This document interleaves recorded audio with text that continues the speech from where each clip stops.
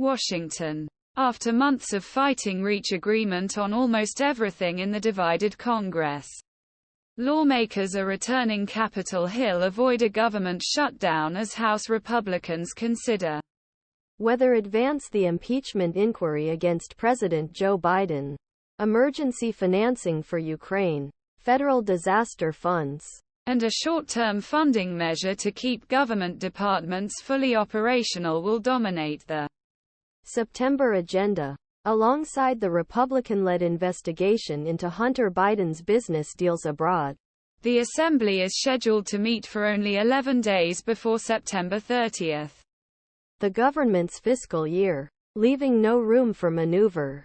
And the deal will result in two top Republicans, Senator Mitch McConnell of Kentucky and Representative Steve Scalise of Louisiana, dealing with health issues.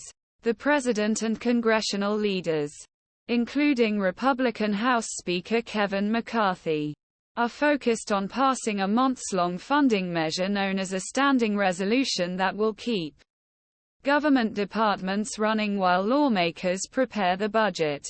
It's a step Congress routinely takes to avoid cuts. But McCarthy faces resistance from his own Republican ranks, including some hardline conservatives who openly embrace the idea of a government shutdown. To be honest, it's a pretty big mess, McConnell said at an event in Kentucky last week.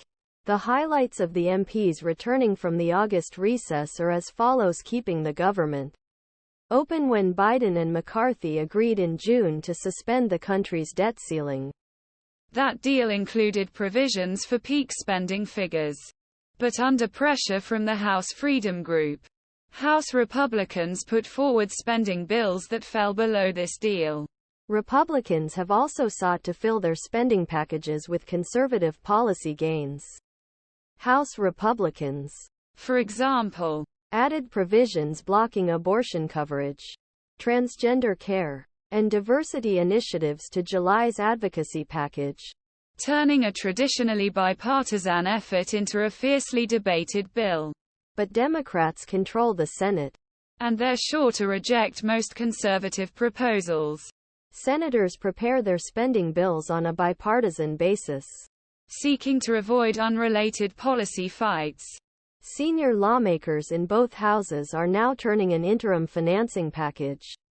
This is a typical strategy to give lawmakers time to reach a long-term agreement.